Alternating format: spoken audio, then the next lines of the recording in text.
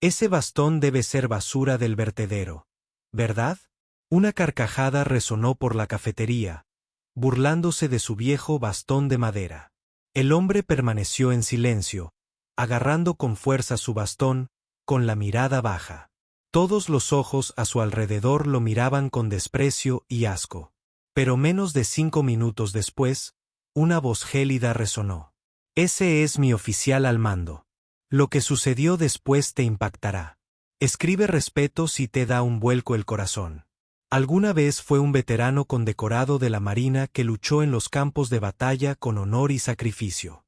Pero ahora es solo un fantasma entre la multitud. Sus pasos débiles y su desgastado bastón de madera son los únicos rastros de años pasados. Llegó a la pequeña cafetería buscando un momento de paz.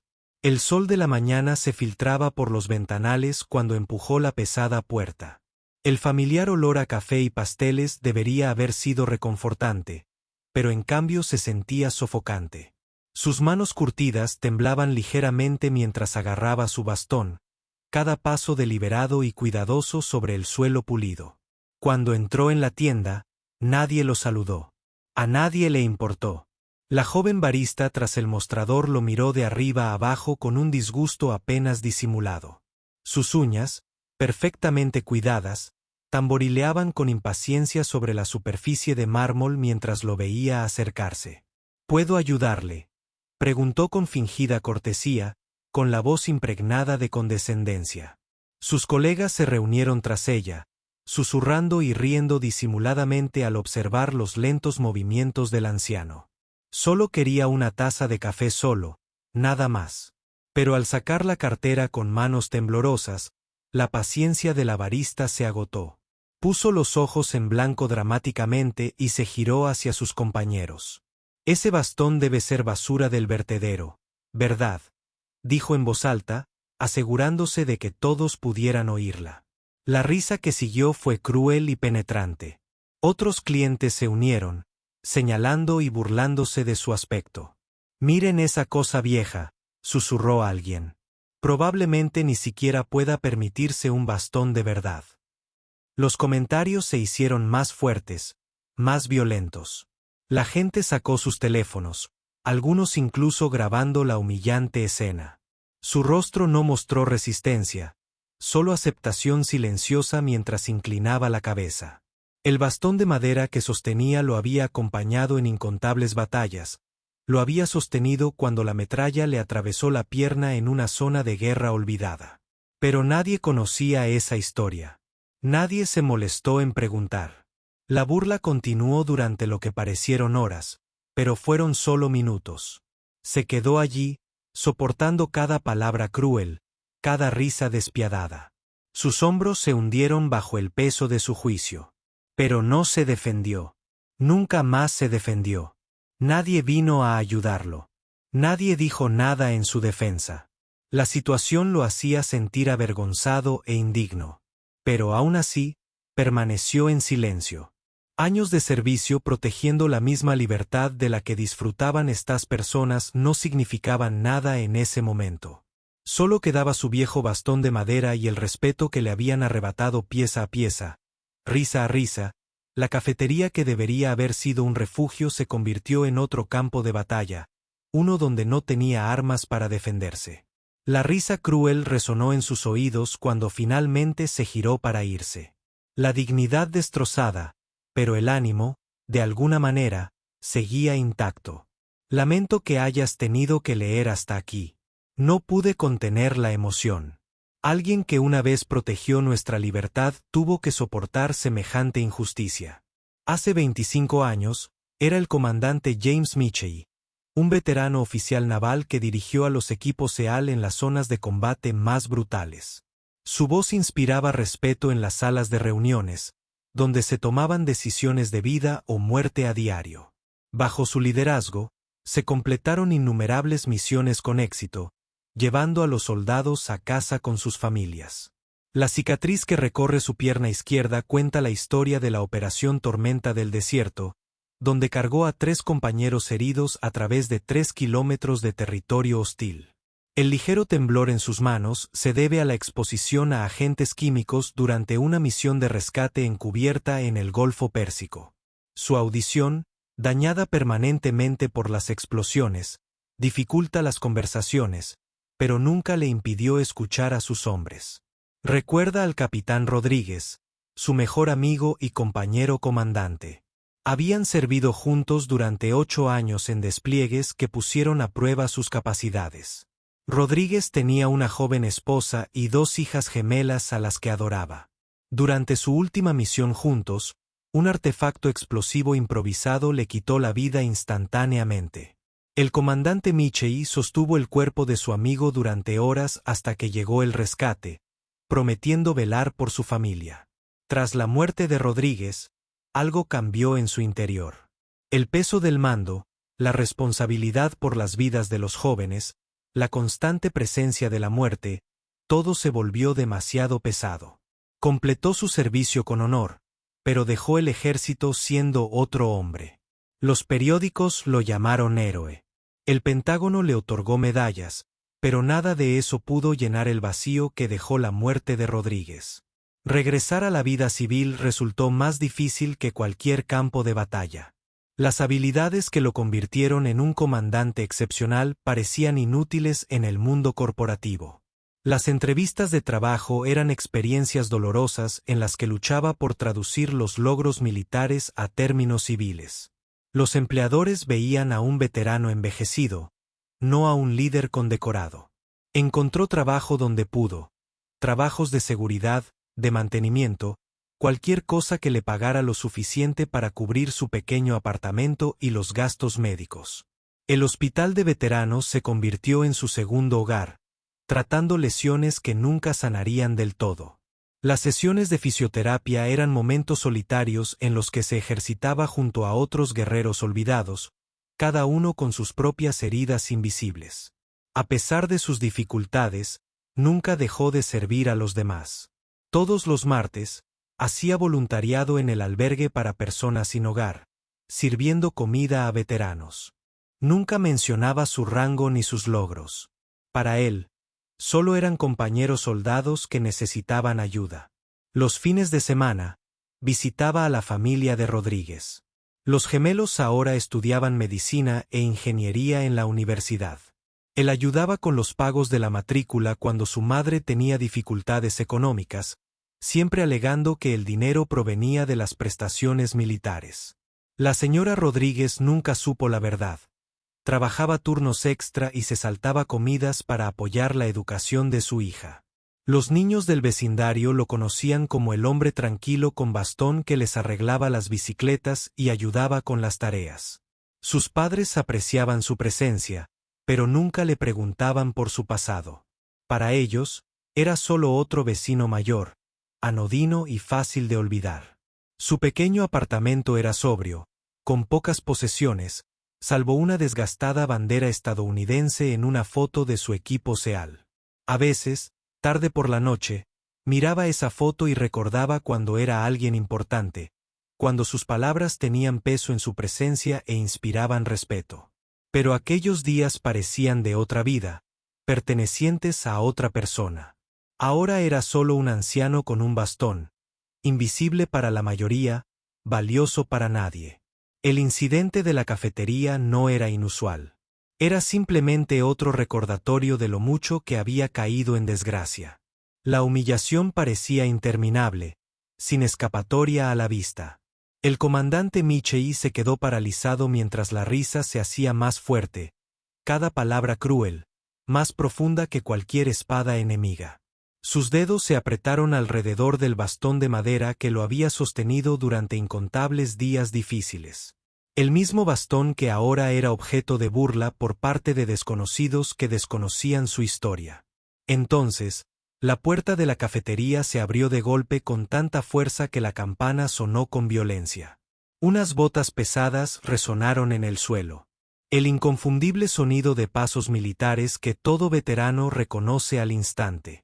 Un hombre alto y musculoso de unos 30 años entró, con una postura erguida y autoritaria a pesar de vestir de civil. El sargento David Chen estaba de compras cerca cuando vislumbró la figura familiar a través del escaparate. Habían pasado 20 años desde su último encuentro, pero reconocería a su antiguo oficial al mando en cualquier lugar. Chen había servido a las órdenes de Michei durante 3 despliegues brutales, incluyendo la misión en la que Michei le salvó la vida al cargar los 6 kilómetros a través de territorio enemigo con una bala en el hombro.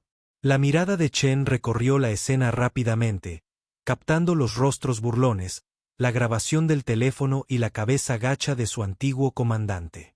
La imagen despertó una furia que no había sentido desde el combate. Apretó la mandíbula mientras se dirigía directamente hacia el grupo de clientes que reían. Su presencia llamó la atención de inmediato. «Ese es mi oficial al mando». La voz de Chen cortó las risas como una cuchilla, fría como el hielo y absolutamente autoritaria. La cafetería quedó en silencio al instante. Ese hombre me salvó la vida y la de otros 23 soldados durante la Operación Libertad Duradera. La sonrisa del barista se desvaneció mientras Chen continuaba, alzando la voz con ira contenida. ¿Ves ese bastón del que te burlas? Lo lleva consigo desde que la metralla le atravesó la pierna mientras rescataba a marines heridos de un helicóptero en llamas. Se negó a la evacuación médica hasta que todos sus hombres estuvieran a salvo. Chen se giró para encarar a toda la cafetería. Su voz resonaba en cada rincón. El comandante James Michei lideró al equipo SEAL 6 en algunas de las misiones más peligrosas de la historia militar. Obtuvo 2 corazones púrpura, una estrella de plata y una medalla de honor. Ese viejo del que se ríen tiene más coraje en su dedo meñique que todos ustedes juntos. Los teléfonos que habían estado grabando la burla se bajaron lentamente. Los rostros que antes mostraban desprecio ahora mostraban vergüenza y bochorno. Las mejillas de la joven barista se sonrojaron al darse cuenta de la magnitud de su crueldad. «Señor», dijo Chen, volviéndose hacia Michei con un saludo brusco, propio de una ceremonia formal. «Sargento Chen reportándose. Es un honor volver a verlo, comandante». Michei levantó la vista lentamente, encontrándose con los ojos de Chen por primera vez. El reconocimiento reflejó un destello en sus rasgos curtidos, seguido de algo que podría haber sido alivio. No habló. Las palabras nunca habían sido su fuerte fuera de las reuniones militares. Pero asintió una vez, un gesto que transmitía más gratitud que cualquier discurso. Chen no había terminado. Se dirigió de nuevo a la multitud, con un tono más suave, pero no menos serio. Este hombre dedicó 30 años al servicio de su país. Él es la razón por la que pueden estar aquí hoy, bebiendo café carísimo y hablando libremente sin miedo. Demuestren respeto. El silencio que siguió estaba cargado de vergüenza y una nueva comprensión. Varios clientes se acercaron a Michei, ofreciéndole disculpas en voz baja. La barista, con lágrimas en los ojos, susurró repetidamente: «Lo siento mucho. No lo sabía. Lo siento mucho». Michei simplemente asintió con la cabeza ante cada disculpa, sin decir nada. Nunca había necesitado reconocimiento ni elogios. No era para eso que servía. Pero que alguien lo defendiera, que defendiera su honor cuando él no podía hacerlo solo, lo significaba todo. La historia del comandante Michei corrió como la pólvora por la ciudad. Chen grabó el enfrentamiento con su teléfono y lo compartió en redes sociales con un relato detallado de la hoja de servicio de Michei. En cuestión de horas, el video tenía millones de visualizaciones y miles de veces más. Los comentarios de veteranos de todo el mundo llovieron, cada uno compartiendo sus propias historias de héroes olvidados que viven entre nosotros. La cafetería se convirtió en un lugar de peregrinación inesperado. La gente llegaba a diario, dejando flores, notas escritas a mano y pequeñas banderas estadounidenses en la entrada.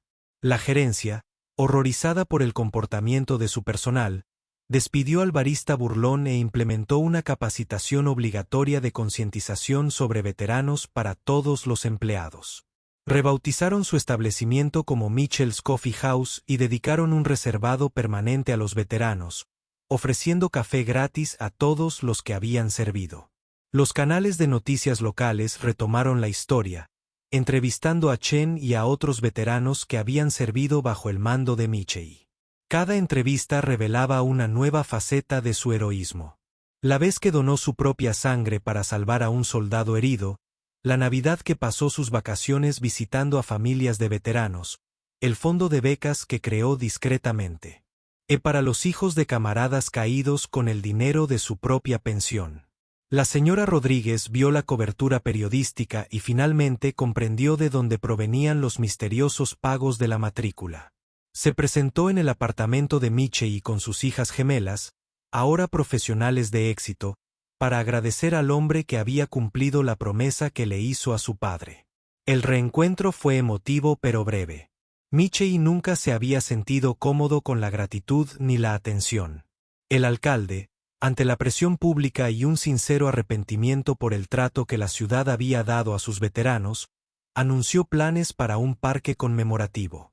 La pieza central sería una estatua de bronce del comandante Michei, representado no con su uniforme militar, sino tal como apareció ese día en la cafetería, un anciano con un bastón que representaba a todos los héroes olvidados que se ocultaban a plena vista.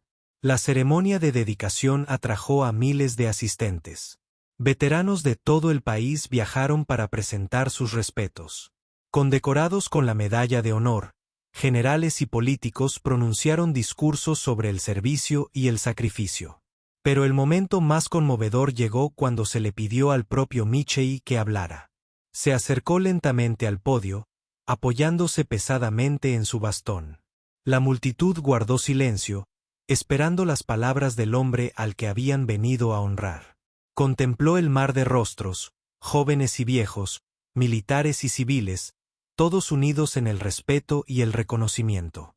No serví para estatuas ni discursos, dijo en voz baja, con la voz apenas audible por los micrófonos. Serví junto a los mejores hombres y mujeres que este país ha producido. Esta estatua no es para mí. Es por Rodríguez, por Thompson, por Martínez, por todos los que nunca regresaron a casa. Recuérdenlos. Se apartó del podio, saludó a la estatua una vez y se marchó. Fue el discurso más largo que alguien le había oído jamás, y sería su última aparición pública. Pasaron los años y el parque conmemorativo se convirtió en un lugar de reflexión y recuerdo.